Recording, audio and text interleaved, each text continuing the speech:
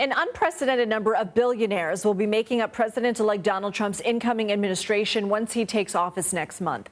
According to Axios and the nonprofit organization Americans for Tax Fairness, the president-elect's projected cabinet is worth at least $10 billion. That figure is more than 84 times the estimated worth of President Biden's cabinet when he took office, which was $118 million, according to Forbes. Sophia Cai joins us now. She's a national politics reporter at Axios. Sophia, thanks for being here. Trump has long promised to drain the swamp, get rid of corruption and bureaucracy. Many view his appointments as change agents to shake up the system, but others would argue selecting billionaires to serve in a presidential administration is antithetical to that. What does your reporting reveal about why Trump chose some of these people in top positions? Is it their business acumen? So look, he's got 15 billionaires with a B in his administration total, at least 15. And some of them are people who have donated a lot of money to the election. Someone like Elon Musk contributed around $200 million. Others are his golfing buddies like Steve Witkoff. And then others he's just known for a long time and have been involved in his transition, like Howard Lutnick, Linda McMahon, and they kind of just also happen to be billionaires. I would say it's also an influence of tech and Silicon Valley moving to get more involved in politics, which is why you have someone like David Sachs from PayPal being involved and now getting appointed to crypto czar. So what are some concerns, like ways they stand to benefit from being in a decision-making role that an average citizen may not feel?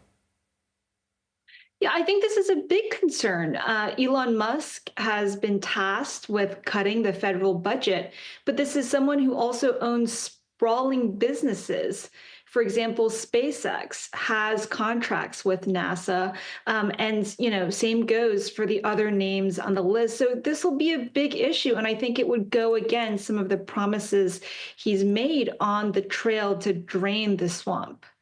Republicans raised about $1.8 billion this past presidential election cycle. Democrats raised nearly $3 billion. Senator Bernie Sanders has said the U.S. is moving toward a, quote, oligarch form of society. What do you make of this? What are some of the dangers of this much money flowing into U.S. politics, or at least what experts are telling you?